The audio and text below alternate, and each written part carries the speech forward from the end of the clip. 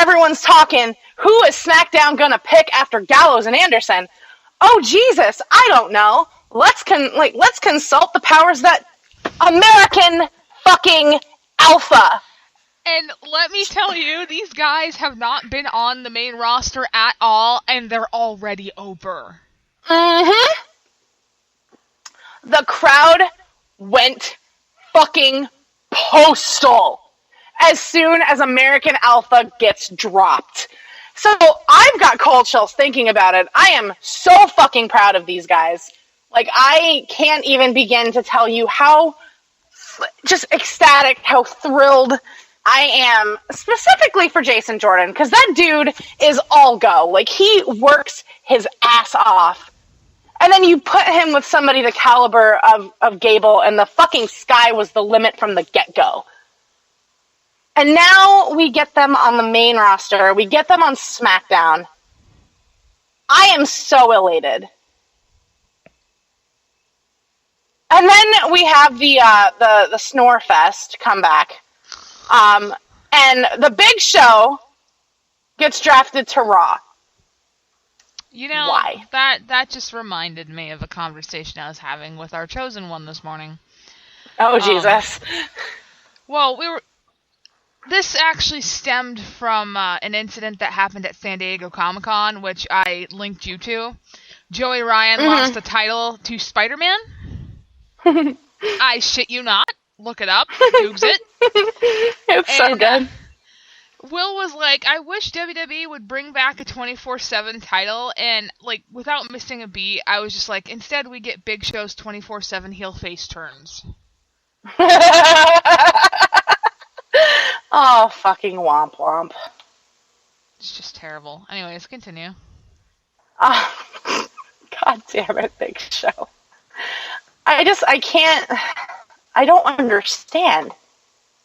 Like, why are you going to waste an on-air draft pick for somebody you're never going to use? But whatever.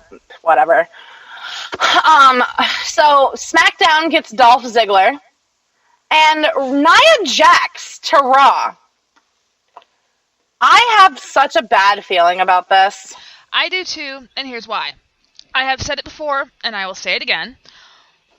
One, she is very green by comparison to all the other women. And on top of that, Vince is notoriously known for pretty much pushing these women that, unless they have some sort of connection with somebody that is like a huge draw, then they're going to get treated like shit. They're going to get thrown under a bus. And if they're not this pretty perfect model, then they basically are billed as a monster.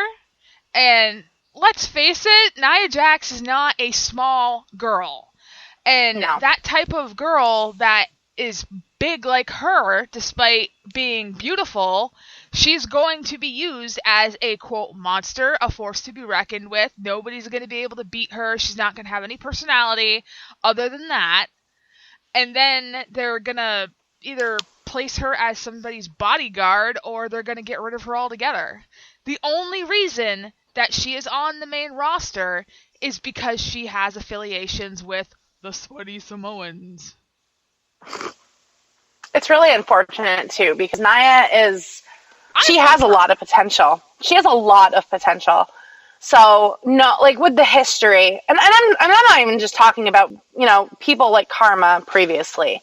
I'm talking even Beth Phoenix. Yeah. And she was not a big girl at all. But even people like Beth, and even Natalya, until she, like, slimmed down, was treated like a monster. Like, this immovable object that, you know, had no personality, nothing of the sort, just because they were bigger. Mickie James. Mickie James is not a big person at all. And she was part of that Piggy James thing, which bothered me in such a real way because, like, I love Lakeland, don't get me wrong. This is obviously nothing against them, but that was the WWE's way of telling Mickie to diet.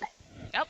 There are so much easier ways to do that. Like, I don't know, talk to a nutritionist, help her get her fitness in check. No, you're going to blast her on television in front of millions of people every week for her size. No. Like, no. But obviously both Julie and I know where this is going.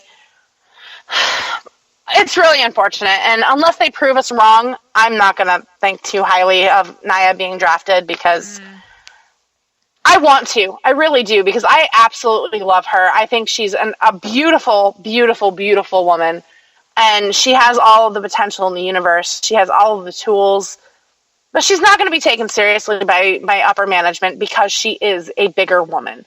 And I honestly think that she does need a little bit more time to develop a personality, develop a good gimmick, and get more time in the ring to be able to do stuff other than the typical, block, big person type moves that she's been doing. Mm-hmm. But, I mean, I hope that they do something with her that's worthwhile, because she deserves every second of being able to be up there. Yeah. I just wish it was under different circumstances. Same.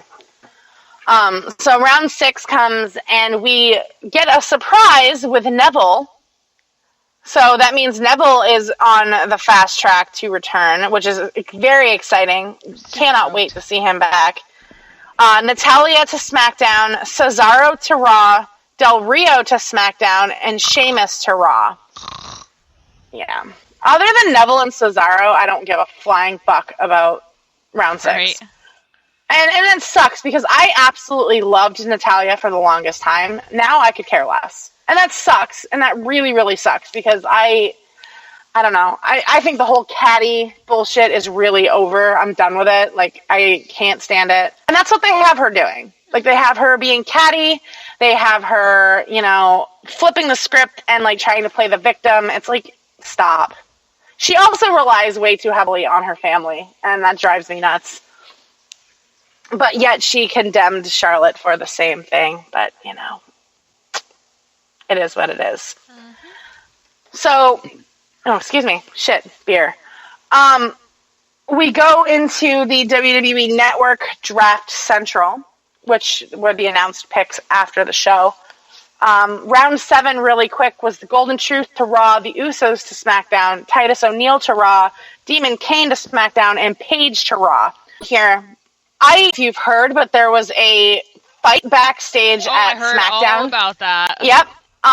Simon Gotch has been taken off the road, it looks like, because of a fight he got into with Kalisto, or not Kalisto, sorry, wrong Lucha Dragon. Yeah, I was looking at Kalisto's name, and it just clicked.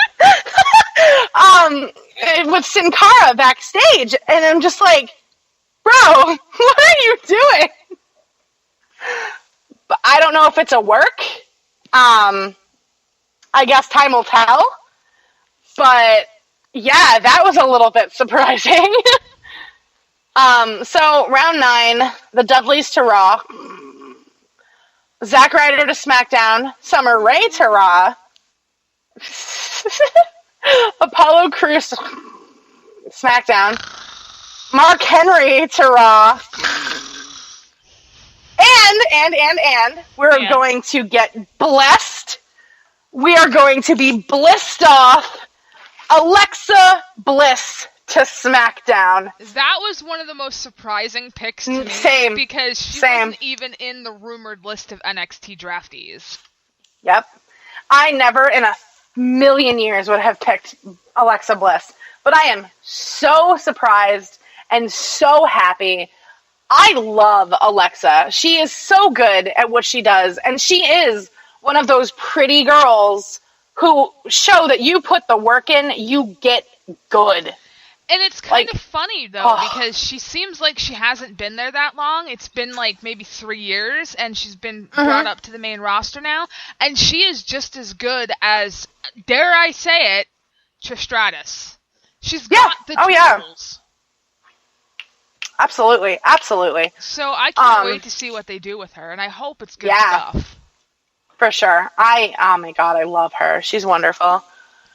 So round 10, we had Braun Strowman to Raw, Breezango to SmackDown, Bo Dallas to Raw, Eva Marie to SmackDown, The Shining Stars to Raw, which I posted that I wanted them traded to Nitro, which was something from Corey Graves. Thank you, you beautiful motherfucker. And then the Vaudevillains to SmackDown. We'll see how that actually goes with the Simon Gotch drama.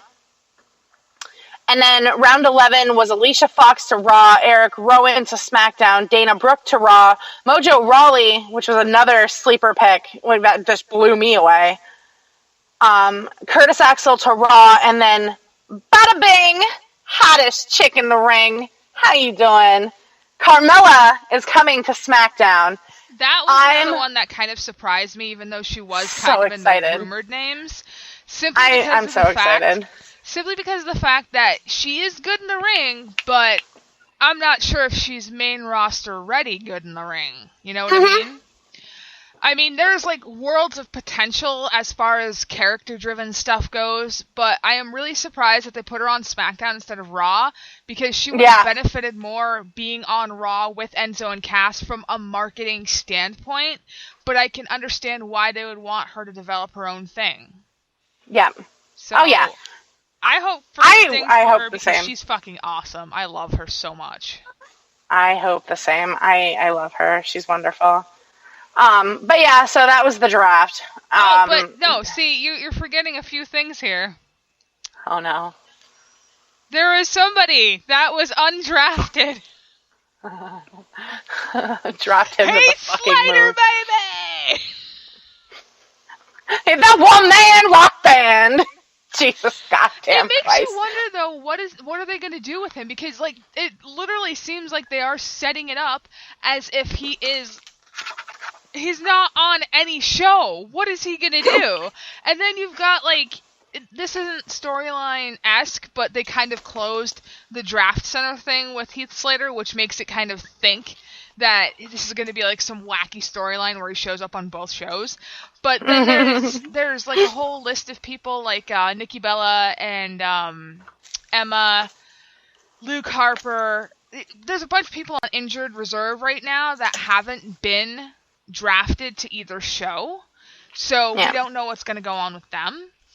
Another thing, people thought Bayley was going to be one of the 6 draft picks from NXT, and she wasn't. And I want to say that we can guarantee we're going to see her Sunday, but evidently that might not be the case. Oh, man. The internet wrestling community is going to freak out. Yeah, they may be waiting to bring her up in September, and the reason why they didn't bring up a bunch of people that are, like, top-tier people on NXT right now is because they want to keep these storylines going as far as they can right now, because they are in progress, and 2, they don't want to raid people that are familiar just yet, so they brought up people just to make room for new development. And as far as like Battleground goes, where they were like, oh my god, Bayley's going to be the surprise tag team partner for Sasha, Sasha actually tweeted today and said that she has a tag team partner that even Dave Meltzer was not going to guess. And I guess she dropped some line in another tweet that made everybody go fucking crazy. Because at first people were like, well, it's probably going to be a classic diva like Lita or Trish Stratus. And then that second tweet came out and everybody was like, oh my god, AJ Lee! And I was like, no, you stop. Stop that. I mean, I shouldn't think it was AJ Lee, but I don't think it's going to be. Considering the I would be super. I think she's actually with Punk right now at a fight. Probably, yeah. Not in DC. Yeah, I heard a lot of talk at NXT in Lakeland about how people were not happy that Bayley wasn't drafted and how, you know, she better be called up on Sunday. And I'm just like, okay. Please, what are you going to do? Like, are you going to stop watching? Okay. For every one person that stops watching, 14 start. Okay. So nice try. You're literally a statistic. Set the fuck down. She's going to be brought up eventually so people can stop their crying. Yeah. And part of me, like the really mean part of me is like, I hope she doesn't. Not because I don't like Bayley, because I love her to the ends of the earth. She's wonderful. I absolutely adore her. But I just want the internet wrestling community pissed off. I really do. You're so nice. But another quick thing to add about the draft before we get into